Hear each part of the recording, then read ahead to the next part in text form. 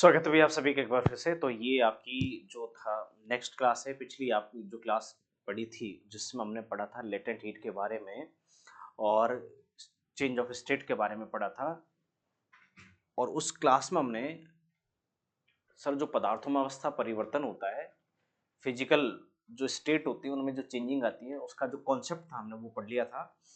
अब इस क्लास में हम चर्चा करेंगे कि सर जो आपकी जो अलग अलग जो फिजिकल स्टेट के चेंज करने की जो प्रोसेस है, प्रक्रियाएं हैं, है ना, या मेथड्स आप बोल सकते हो, उनके बारे में हम पढ़ेंगे। देखो जैसा कि आप जानते हैं सर कि पदार्थों का जो अवस्था परिवर्तन होता है, चेंज ऑफ स्टेट होता है, तो उसमें क्या होता है कि पदार्थ अपनी जो भौतिक अवस्था होता है उसको बदलता है एक भौतिक अवस्था से दूसरी भौतिक अवस्था में। मतलब कि वो बदलता है आपका सॉलिड से जैसे लिक्विड में, लिक्विड से गैस में, गैस से वापस ठंडा होता है तो कन्वर्ट होता है फिर से आपका लिक्विड में, और लिक्विड वापस कन्वर्ट होता है आपका सॉलिड में।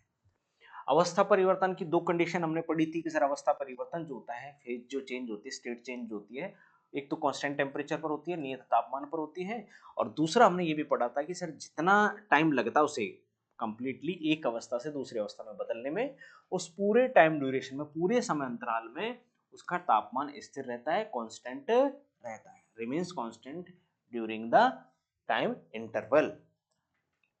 इसको हमने ऐसे भी समझा था कि सर मान लीजिए कोई भी जो बर्फ है, दो तरीके की बर्फ थी सर, ये 1 किलोग्राम वाली थी और ये आपकी 100 kg की थी। सर इस बर्फ को जो कि सॉलिड फॉर्मेट में है, मेल्ट होने में टाइम लगता है 10 मिनट, तो 10 मिनट तक इस पिघलती बर्फ का टेम्परेचर रहेगा आपका 0 डिग्री सेल्सियस। और ये जो 100 kg की जो आइस है, इसको पिघलने में, मेल्ट होने में टाइम लगते हैं सर 10 घंटे। तो 10 घंटे तक ये जो आइस है इसका टेम्परेचर जो रहेगा वो क्या रहेगा, 0 डिग्री सेल्सियस तक ही रहेगा। कब तक? जब तक कि ये पूरी की पूरी बर्फ मेल्ट होकर के पानी में कन्वर्ट नहीं हो जाए, तब तक उसका टेम्परेचर कांस्टेंट रहेगा, वो चेंज नहीं होगा। जब ये पानी में कन्वर्ट हो गया है, और अब भी आप, और चाहे आप इसे कितना ही गर्म करो, हीट देते रहो, तो अब आप इसे हीट दोगे तो अब इसका टेम्परेचर 0 से बढ़ना शुरू होगा, बढ़ते बढ़ते कहां हो जाएगा, 100 डिग्री सेल्सियस, 100 डिग्री सेल्सियस पर पहुंचेगा। अब ये जो अवस्था परिवर्तन हो रही है वो अवस्थाएं कौन कौन सी है, जैसे कि आप जानते हैं कि सर जो भौतिक अवस्थाएं मेनली 3 भौतिक अवस्थाएं होती हैं, वैसे पदार्थ की कई भौतिक अवस्थाएं होती हैं। उसमें एक आपका जैसे सॉलिड फॉर्मेट होता है, तो ये सॉलिड फॉर्मेट होता है, डायमंड स्ट्रक्चर होता है, बहुत बिल्कुल पास पास होते हैं। ये लिक्विड फॉर्मेट होता है ना, लिक्विड में। तो सर सॉलिड में क्या होते हैं, जो आपके पार्टिकल्स होते हैं, कण जो होते हैं ना, वो एक दूसरे के साथ में इंट्रामोलिकुलर फोर्स से जुड़े रहते हैं, और बहुत रिजिडली, बहुत मतलब मजबूती से जुड़े रहते हैं। इसी वजह से सॉलिड का जो वॉल्यूम होता है वो आपका फिक्स रहता है, आयतन, है ना। शेप जो होती है जिसको हम बोलते हैं आकृति, वो भी फिक्स रहती है। आकार, साइज, वो भी फिक्स रहती है। वो ऐसा नहीं कि इस सॉलिड को आपने यहाँ से उठा करके यहाँ रखा तो इसका शेप चेंज हो गया, है ना, वो चेंज नहीं होता। लेकिन लिक्विड के साथ में क्या होता है सर, लिक्विड का जो होता है सर, वो वॉल्यूम, आयतन तो ठीक रहता है, आयतन में कोई दिक्कत नहीं। 1 लीटर इसमें भरा है बॉटल में, इस बॉटल को आप बड़े ड्रम में खाली करोगे तो वहां पर भी 1 लीटर रहेगा, तो इसका आयतन, वॉल्यूम तो चेंज नहीं होगा, इसका वॉल्यूम चेंज नहीं होगा, लेकिन इसका जो शेप है, इसकी जो आकृति है वो चेंज हो जाती है, बनावट चेंज हो जाती है, ठीक है। गैस जो होते हैं सर, गैस के कणों के बीच में गैप बहुत ज्यादा होता है ना। इसी वजह से गैस का ना तो इसका आयतन, वॉल्यूम निश्चित होता है, ना ही कोई इसका शेप निश्चित होता है, कुछ भी निश्चित नहीं होता, ठीक है। ये गैसीय अवस्था होती है। एक चौथी आपकी अवस्था होती है प्लाज्मा अवस्था, इसको आप आयन वाली अवस्था भी बोल सकते हैं। जब गैस आपके आयन वाली अवस्था में पहुंच जाता है, जैसे आपका वो जो है ना मंडल, ओजोन मंडल, आयन मंडल सुना होगा आपने, आयनोस्फीयर, चार्ज हो जाता है ना, चार्ज, आवेश वाली अवस्था में पहुंच जाता है, तो वो प्लाज्मा अवस्था होती है, ठीक है। ये जो होता है, तो अब हुआ क्या कि सर ये जो आपका सॉलिड जो था, इस सॉलिड को कन्वर्ट किया, ये जो प्रोसेस हुई, सॉलिड कन्वर्ट हुआ सर लिक्विड में, इस प्रोसेस का नाम होता है सर मेल्टिंग। लिक्विड को आपने गर्म किया, लिक्विड गर्म होकर के फिर कन्वर्ट हुआ सर गैस में, इस प्रोसेस का नाम होता है बॉइलिंग या वेपोराइजेशन। इस गैस को और आपने गर्म किया तो सर ये आयोनाइज होकर के, आयनीकृत होकर के पहुंच गया प्लाज्मा वाली अवस्था में। फिर आपने क्या किया सर, इनको ठंडा किया, तो ठंडा करने पर वापस जो प्लाज्मा वाली अवस्था में था कोई चीज, पदार्थ, वो किस में कन्वर्ट हो गया, गैस में। इस गैस को आपने और ठंडा किया, कंडेंसेशन जिसको बोलते हैं, संघनन किया, तो सर ये गैस किस में कन्वर्ट हो गई, लिक्विड में कन्वर्ट हो गई, फिर से आपने इसको लिक्विड में कन्वर्ट किया, इसका मतलब लिक्विड को ठंडा किया तो फिर ये किस में कन्वर्ट हो गया, सॉलिड में कन्वर्ट हो गया। अब ये जो प्रोसेस हो रही है जिस टेम्परेचर पर हो रही है वो सेम टेम्परेचर पर, जितने टेम्परेचर पर सर बर्फ गलती है उतने टेम्परेचर पर बर्फ जमती है, जितने टेम्परेचर पर पानी सर उबलता है या भाप बनता है उतने ही टेम्परेचर पर वो वापस से ठंडा होता है। ठीक, तो इन प्रक्रियाओं का जो नाम होता है, जैसे गलने को मेल्टिंग बोलते हैं, जमने को फ्रीजिंग बोलते हैं, तो इनके बारे में हम पढ़ेंगे, वाष्पीकरण के बारे में हम पढ़ेंगे, है ना, जो होती है आपकी वेपराइजेशन के बारे में पढ़ेंगे, संघनन के बारे में पढ़ेंगे, कंडेंसेशन, एक और होता है डिपोजिशन, उसके बारे में पढ़ेंगे, है ना, सब्लिमेशन पढ़ेंगे, ऊर्ध्वपातन के बारे में पढ़ेंगे। ठीक है, अब ऊर्ध्वपातन के बारे में जब हम आगे पढ़ेंगे तो यहाँ देखो आपका एक सीक्वेंस से हो रहा है, सीक्वेंस से, क्रम से हो रहा है। क्रम से कैसे हो रहा है सर, सबसे पहले सॉलिड कन्वर्ट होता है लिक्विड में, और लिक्विड ठंडा होता है तो वापस किस में कन्वर्ट होता है, सॉलिड में। लिक्विड को गर्म करोगे तो सर ये द्रव को गर्म करोगे तो किस में बदलता है सर, गैस में। गैस को वापस ठंडा करोगे किस में बदलेगा, लिक्विड में। तो ये तो एक सीक्वेंस से चल रही है सारी प्रोसेस जो है, लेकिन एक प्रोसेस और होती है सब्लिमेशन, ऊर्ध्वपातन। ऊर्ध्वपातन वाली प्रक्रिया और जो डिपोजिशन वाली प्रक्रिया होती है उसमें क्या होता है सर, इस सॉलिड को जब आप गर्म करते हो तो सॉलिड गर्म करने पर इस लिक्विड में बदलने की बजाय ये सीधा किस में कन्वर्ट हो जाए, गैस में। और जब इस गैस को ठंडा करें तो वो हिसाब से तो सीक्वेंस से तो क्रम से तो ये गैस किस में बदलनी चाहिए थी, द्रव में, लेकिन डिपोजिशन वाली कंडीशन में ये गैस जो है सीधे ही ठंडा होकर के किस में कन्वर्ट हो जाए, ठोस में कन्वर्ट हो जाए। तो ऐसी जो प्रक्रिया होती है उसको हम ऊर्ध्वपातन प्रक्रिया, सब्लिमेशन और डिपोजिशन के नाम से जानते हैं। ठीक है, तो ये जो सारी जो प्रोसेस हैं इन पदार्थों की भौतिक अवस्थाओं में परिवर्तन की, उन प्रोसेस के बारे में हम पढ़ेंगे, उनके एग्जांपल्स देखेंगे, कौन से टेम्परेचर पर होती है तो वो क्या बोलते हैं उस टेम्परेचर को, इसके बारे में हम पढ़ेंगे। चलिए बढ़ते आगे। देखो सबसे पहले जैसे आपका ये सॉलिड है, ठोस पदार्थ है, तो ये जो ठोस पदार्थ है सर, इस ठोस पदार्थ को हम गर्म करेंगे तो सर ये पिघलेगा, और पिघलने पर क्या होगा, मेल्ट होगा। तो इस प्रक्रिया का नाम हो रहा है सर गलन। और गलन की प्रक्रिया जिस तापमान पर हो रही है आपकी उसको बोलते हैं सर गलनांक बिंदु ताप, और वो कौन सा होता है, 0 डिग्री सेल्सियस। ठीक है, तो ये सॉलिड किस में कन्वर्ट हो गया, लिक्विड में। वापस से अगर आप इस लिक्विड को ठंडा करोगे तो ये लिक्विड वापस किस में कन्वर्ट होगा, ठोस में। और द्रव का जम करके ठोस में बदलना कहलाता है फ्रीजिंग। फ्रीजिंग को हिंदी में हम बोलते हैं सर हिमायन, है ना। और जिस टेम्परेचर पर ये फ्रीजिंग वाली प्रक्रिया होती है उसे फ्रीजिंग पॉइंट टेम्परेचर बोलते हैं, और फ्रीजिंग पॉइंट टेम्परेचर भी होता है 0 डिग्री सेल्सियस। ठीक है, 0 डिग्री सेल्सियस होता है। इस दौरान टेम्परेचर चेंज नहीं हो रहा, लेकिन इसे आप गर्म कर रहे हो ये इसमें कन्वर्ट हो रहा है, और ठंडा कर रहे हो इसमें हो रहा है। तो ऐसा हो क्या हो रहा है, ऐसा हो रहा है सर एक आपकी लेटेंट हीट की वजह से। अगर आपने इसे प्लस 80 कैलोरी पर ग्राम वाली हीट दे दी तो ये सॉलिड किस में कन्वर्ट हो जाएगा, लिक्विड में। और अगर इस लिक्विड में से आपने 80 कैलोरी, माइनस 80 कैलोरी पर ग्राम, मतलब माइनस का मतलब है निष्कासित करना, अगर इसमें से आपने 80 कैलोरी, 1 ग्राम में से 80 कैलोरी हीट निकाल ली तो यही जो पानी 1 ग्राम वो ठंडा होकर के किस में बदल जाएगा, बर्फ में बदल जाएगा। सिमिलर ऐसे आपका, अब ये जो पानी है सर, इस पानी को हम गर्म करेंगे तो गर्म होकर के ये क्या होगा सर, वाष्पीकृत होगा। और वाष्पीकरण जिस टेम्परेचर पर हो रहा है 100 डिग्री सेल्सियस पर, तो ये इसका बॉइलिंग पॉइंट टेम्परेचर भी होगा जिसको बोलता है। तो ये लिक्विड से कन्वर्ट हुआ आपका गैस में, लेकिन कैसे सर, 80 प्लस कैलोरी तो यहाँ थी और 100 और, तो सर ये 100 प्लस 80 कैलोरी जब आपने इसको हीट दी तब ये किस में कन्वर्ट हो गया, द्रव 180 कैलोरी देने पर वाष्प में। और इस वाष्प के अंदर जो हीट एनर्जी वो कितनी है, 540 कैलोरी पर ग्राम, है ना। तो अगर आप इस पानी को 180 कैलोरी की हीट दोगे तो इसका टेम्परेचर चेंज नहीं होने देगी, और ये इस पानी को किस में बदल देगी, आपका भाप में बदल देगी, स्टीम में बदल देगी। ऐसे अगर आप इसमें से भाप में से इतनी कैलोरी जो उस समय हमने दी, हीट दी है, उसको आप निकाल लें तो ये संघनित होकर के, कंडेंशन होकर के, संघनन की प्रक्रिया से ठंडा होकर के वापस किस में बदल जाएगा, पानी में। और ये वाली प्रक्रिया भी जिस तापमान पर होती है ये होता है इसका संघनन बिंदु ताप, और वो होता है 100 डिग्री सेल्सियस। इसका मतलब दोनों ही कंडीशन में आपका जो टेम्परेचर है वो चेंज नहीं हो रहा है। तो क्या हो रहा है, हो ये रहा है कि सर सिर्फ और सिर्फ जो गुप्त ऊष्मा उसका आदान प्रदान हो रहा है, उसकी वजह से एक्सचेंज हो रहा है, उसकी वजह से इनमें भौतिक अवस्थाओं में क्या आ रहा है, बदलाव आ रहा है। ठीक है, अब ये वाली कंडीशन है सर। इस वाली कंडीशन में क्या है, जैसे कि सर ये जो सॉलिड है जैसे ही आप इसको गर्म करोगे तो हिसाब से तो ये लिक्विड में कन्वर्ट होने चाहिए, लेकिन एक कंडीशन ऐसी भी आती है कि सर ये सॉलिड जो होता है वो सीधे ही गैस में कन्वर्ट हो जाता है। और गैस को ठंडा करें ये वापस किस में कन्वर्ट हो जाता है, सॉलिड में कन्वर्ट हो जाता है। तो इस प्रक्रिया का नाम होता है सर ऊर्ध्वपातन की प्रक्रिया। ठीक है, ऊर्ध्वपातन की प्रक्रिया के नाम से जानते हैं। तो अब इन सारी प्रक्रियाओं को हम थोड़ा सा आगे डिटेल में पढ़ेंगे। चलिए शुरुआत करते हैं। सबसे पहली जो प्रक्रिया जैसे कि हमने पढ़ा था मेल्टिंग, गलनांक, है ना, गलन की प्रक्रिया। तो सर सबसे पहले हम पढ़ेंगे गलन प्रक्रिया, मेल्टिंग प्रोसेस के बारे में पढ़ेंगे।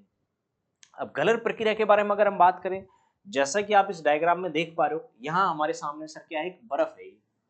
ये जो बर्फ है, इस बर्फ को जब आप 0 डिग्री सेल्सियस टेम्परेचर पर हीट दोगे, कितनी हीट दोगे सर, इसको हीट दोगे आप 80 कैलोरी, 80 कैलोरी पर ग्राम।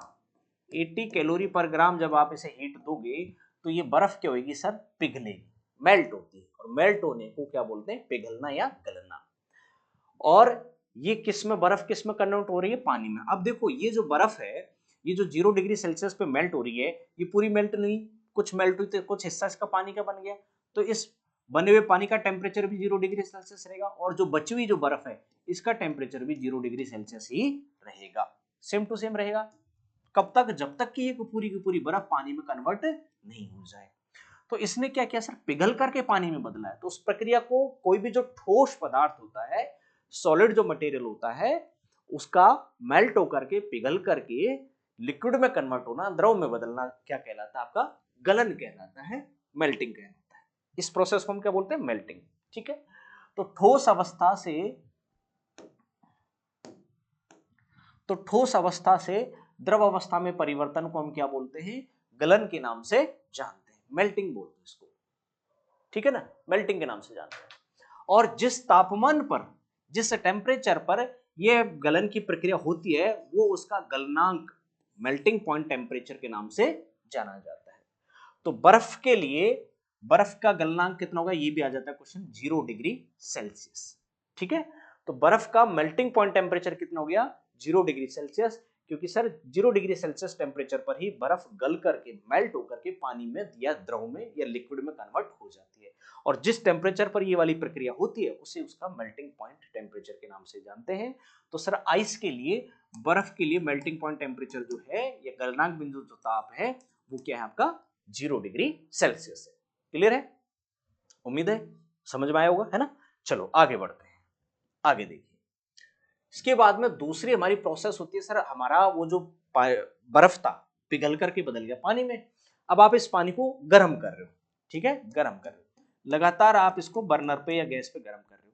तो सर गर्म कर रहे हैं तो सर कुछ देर बाद में पानी जो होगा, उबलने से पहले यहाँ इसकी सतह से देखो, इस जगह से यहाँ इसका वेपराइजेशन स्टार्ट हो जाता है ना, वेपराइजेशन स्टार्ट हो जाता है। और उसके बाद में फिर क्या होता है सर, पानी उबलता है, वाष्पीकृत होने लग जाता है। तो पानी जो उबलता है क्या बोलते हैं, पानी बॉयल होना, हिंदी में से बोलते हैं क्वथन वाली प्रक्रिया। तो क्वथन में क्या होता है कि कोई भी पदार्थ, है ना, निश्चित तापमान पर द्रव अवस्था से, द्रव से, ये सर नहीं गलत टाइप हो गया, द्रव से गैस अवस्था में बदलता है। इस प्रक्रिया का नाम बॉइलिंग या वाष्पीकरण, वेपोराइजेशन कहलाता है।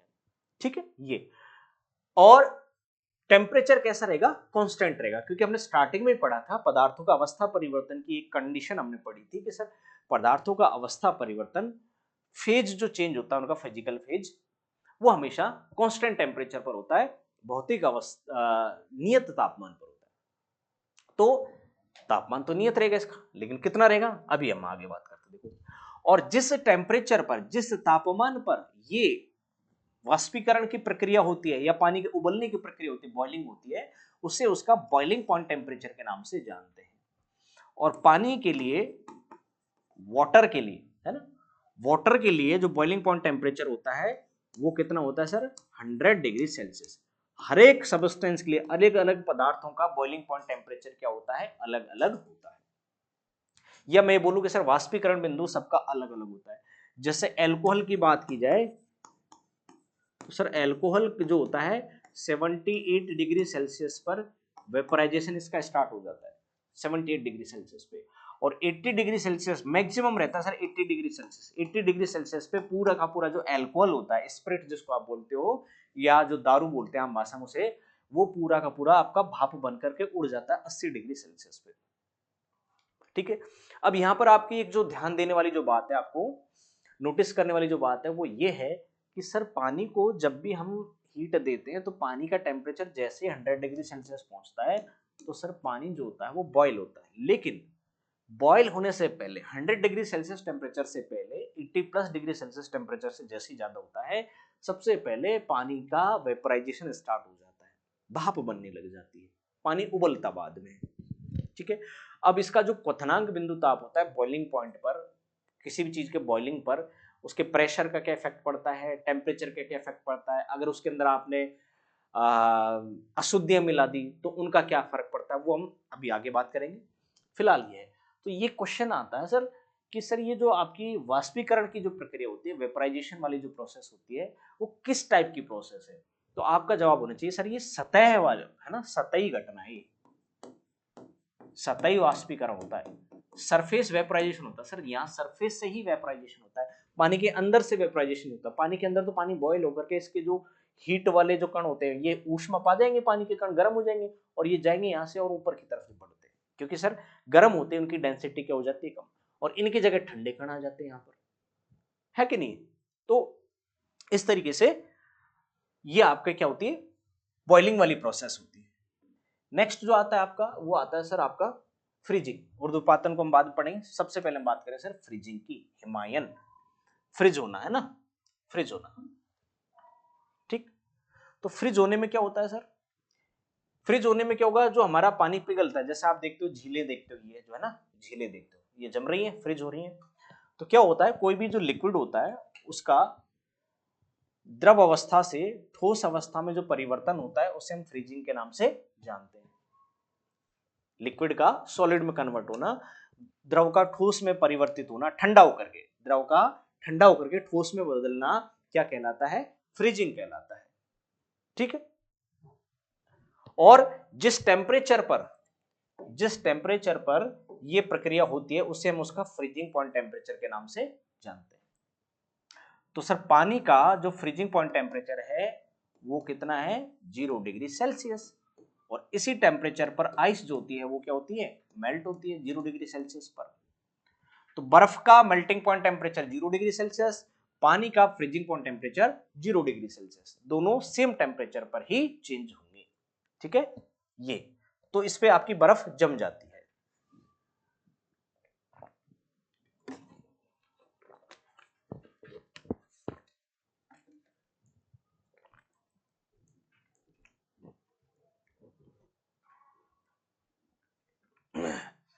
इसके बाद में हम बात करें ऊर्ध्वपातन, सब्लिमेशन। सब्लिमेशन से पहले अगर मैं बात करूं थोड़ा सा संघनन है ना, कंडेंशन। तो देखो कंडेंशन में क्या होता है, ये जो पानी है ये आपका बॉयल होकर के, उबल करके और कन्वर्ट हो रहा है सर आपका वेपर में, वाष्प में, कितने टेम्परेचर पर, 0 डिग्री, सॉरी 100 डिग्री सेल्सियस पे। संघनन वाली जो प्रक्रिया होती है, या जिसे हम बोलते हैं कंडेंसनिंग या लिक्विफिकेशन वाली जो प्रक्रिया होती है, इसमें क्या होता है सर, जैसा आप ये देखो, ये आपकी संघनन की प्रक्रिया है। तो इसके दो नाम होते हैं हिंदी है, या तो आप इसे कंडेंसनिंग बोल लीजिए, संघनन बोल लीजिए, या एक इसका एक नाम और होता है सर, बोल सकते हो आप द्रवीकरण, है ना, द्रवीकरण, लिक्विफिकेशन। तो आपने एक नाम सुना होगा एलपीजी, सुना है ना, एलपीजी का नाम सुना होगा। ये जो एलपीजी होता है इसका नाम ही होता है लिक्विफाइड पेट्रोलियम गैस। इसका मतलब ये होती तो गैस है, लेकिन इसे हम इतना ठंडा करते हैं, ठंडा करके इसे हम द्रव में बदलते हैं, लिक्विफाइड करते हैं, और फिर उसे हम लिक्विड में कन्वर्ट करते हैं। इसलिए सिलेंडर के अंदर आपने गैस देखी होगी, सिलेंडर के अंदर गैस होती है वो हमेशा लिक्विड अवस्था में होती है, द्रव अवस्था में होती है, कभी भी वहां पर वो हवा के फॉर्मेट में, गैस फॉर्मेट में नहीं होती है। लेकिन जैसे ही वो गैस, एलपीजी गैस आपका सिलेंडर से बाहर आती है, तो सर सिलेंडर से बाहर आते ही वो जो गैस होती है वो किस में कन्वर्ट हो जाती है, वो एलपीजी गैस लिक्विड से गैसियस में, क्योंकि वो रूम टेम्परेचर से ज्यादा टेम्परेचर पर या एनवायरमेंट टेम्परेचर पर वो जो गैस होती है वो आपका लिक्विड फॉर्मेट में नहीं होती, वो गैसियस फॉर्मेट में कन्वर्ट हो जाती है। तो संघनन बोल लीजिए, संघनन का मतलब ठंडा करना होता है, या लिक्विफिकेशन बोल लीजिए, मतलब द्रवीकरण, मतलब उसे गैस को द्रव में बदलना होता है। ये भी 0 डिग्री सेल्सियस टेम्परेचर पर ही होती है। लेकिन एक ऐसी प्रोसेस है, यहां हम देखो सॉलिड कन्वर्ट हो रहा है लिक्विड में, लिक्विड कन्वर्ट हो रहा है आपका गैस में, गैस वापस कन्वर्ट हो रही है लिक्विड में, लिक्विड वापस कन्वर्ट हो रहा है सॉलिड में। लेकिन एक प्रोसेस होती है जो इन प्रोसेस को का जो सीक्वेंस होता है, क्रम जो होता है, उसको बाईपास कर जाता है, उसको फॉलो ही नहीं करता उस क्रम को। अब जब फॉलो नहीं करता तो फिर ये करता क्या, ये डायरेक्ट चला जाता है, निकल जाता है।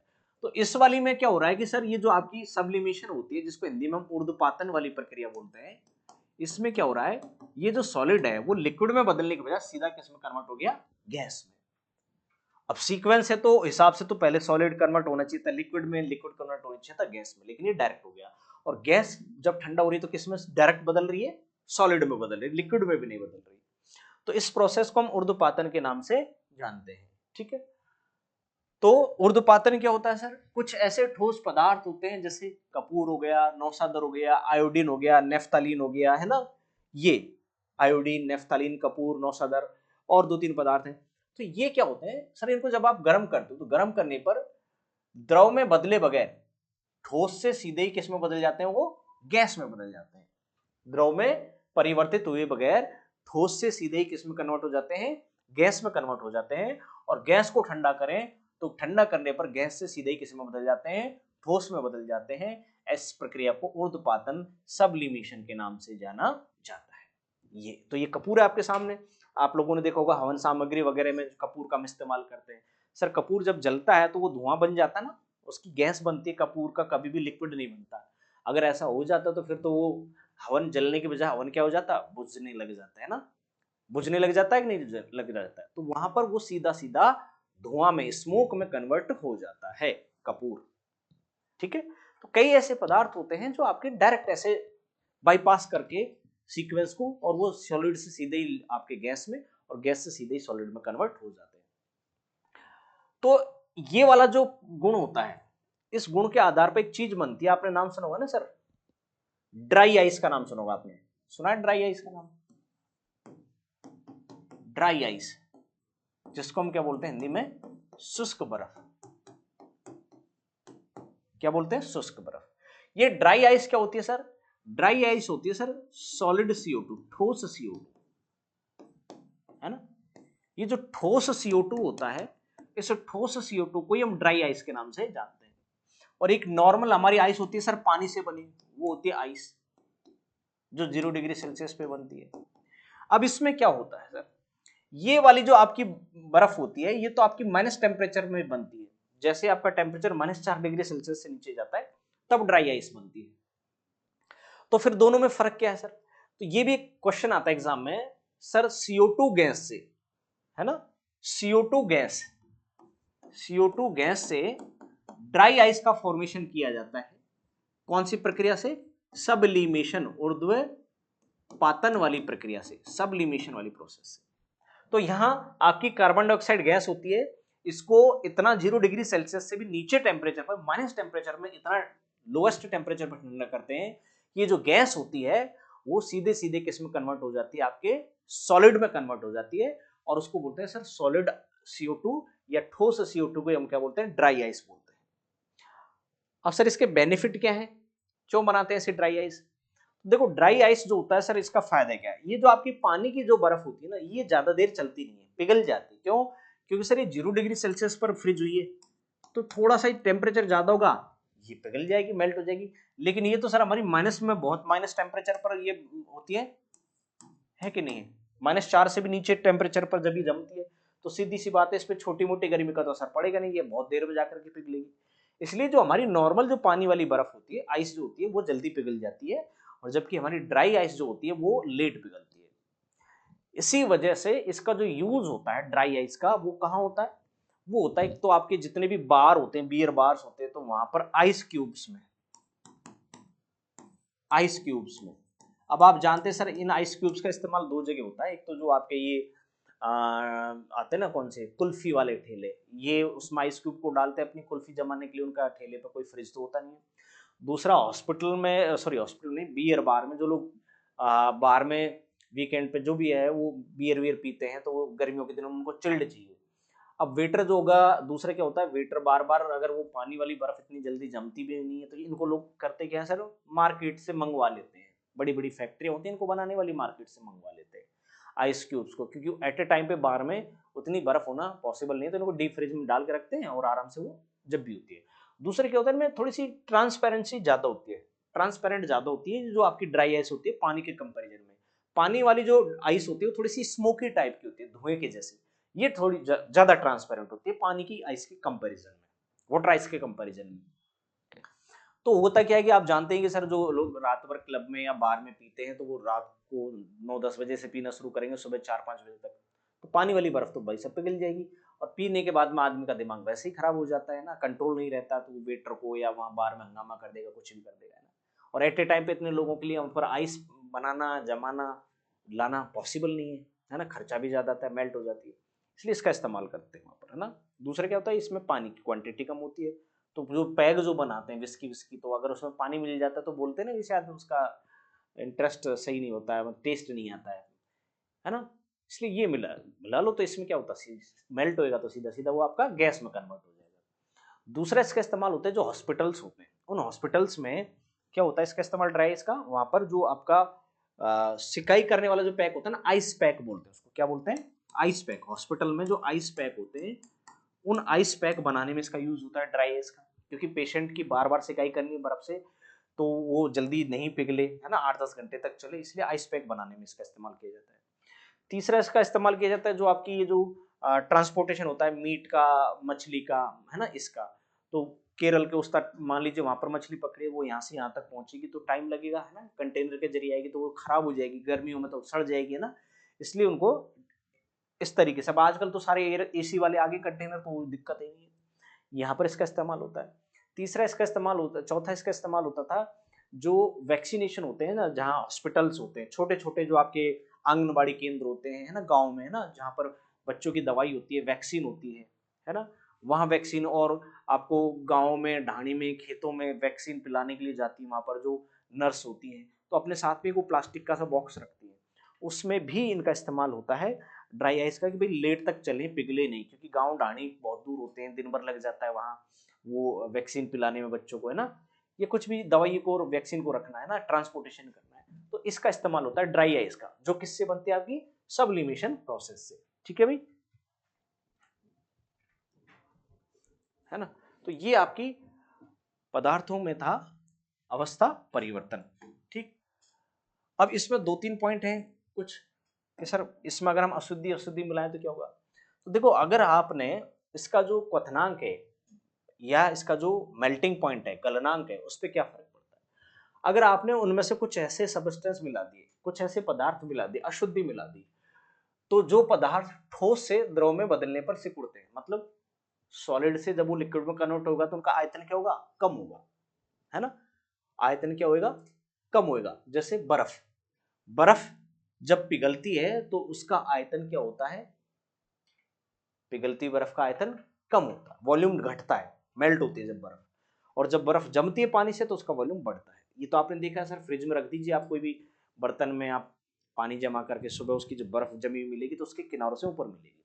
तो इसकी क्या खास बात होती है सर, ऐसे पदार्थ जो सॉलिड से लिक्विड में बदलने पर उनका आयतन, वॉल्यूम घटता है, मतलब कास्ट आयरन मेल्ट करो, पिघलाओ, और बर्फ, तो सर उनका जो मेल्टिंग पॉइंट होता है, गलनांक जो होता है, वो प्रेशर बढ़ाने पर क्या होता है, घटता है, दाब बढ़ाने पर घटता है।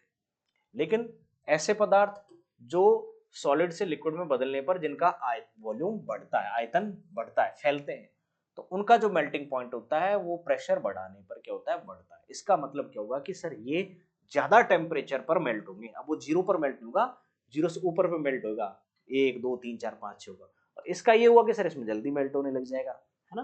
तो प्रेशर बढ़ाने पर उसका जो मेल्टिंग पॉइंट है वो क्या हो जाता है, घट जाता है, ठीक है। और मेल्टिंग पॉइंट घट गया इसका मतलब वो जल्दी मेल्ट हो जाएगा, और मेल्टिंग पॉइंट बढ़ गया मतलब ज्यादा टेम्परेचर पर मेल्ट होगा तो वो लेट मेल्ट होएगा, ठीक है। इसके बाद कुछ ऐसी इंप्योरिटीज होती हैं, शुद्धियां मिला दी, जिससे क्या रहता है, आपका लिक्विड का बॉइलिंग बढ़ जाता है, क्वथनांक। जैसा आपने पानी में कोई भी ऐसी अशुद्धि मिला दी तो उससे आपका पानी का जो क्वथनांक होता है, बॉइलिंग होता है, पानी जो उबलता है वो 100 डिग्री सेल्सियस पे नहीं उबल करके वो ज्यादा पर उबलेगा, है ना, 100 डिग्री सेल्सियस पे बॉइल नहीं होकर के ज्यादा टेम्परेचर पर बॉइल होगा, 110 पे बॉइल होगा, 105 होगा। जैसा आपने मान लीजिए पानी के ऊपर आपने थोड़ा सा 1 चम्मच हमारा जो घर का घी होता है वो डाल दिया, या आपने कोई भी वेजिटेबल ऑयल है, सरसों का, मस्टर्ड का, वो डाल दिया तो पानी जो बॉईल हो रहा था वो अभी बॉईल नहीं होगा, वो लेट बॉईल होगा। अगर आपने उसमें नमक डाल दिया तो फिर वो लेट बॉईल होता है ना। तो कुछ ऐसी आपने अशुद्धियां मिला दी तो उनका जो बॉइलिंग पॉइंट टेम्परेचर होता है वो बढ़ जाता है, वो 100 पे बॉईल नहीं होंगे, ज्यादा पर बॉईल होंगे, है ना, बहुत देर में जाकर के पानी बॉईल होगा। प्रेशर इंक्रीज करने पर, दाब बढ़ाने पर जो लिक्विड होते हैं, लिक्विड का मतलब पानी होता है, उनका जो क्वथनांक होता है, बॉइलिंग पॉइंट होता है, वो भी क्या हो जाता है, बढ़ जाता है ना, क्वथनांक बढ़ जाता है। तो इसी वजह से तो प्रेशर कुकर वाला यहाँ पर प्रिंसिपल वर्क करता है कि सर प्रेशर कुकर में खाना जल्दी पक जाता है। क्यों? क्योंकि प्रेशर कुकर में होता है सर ढक्कन।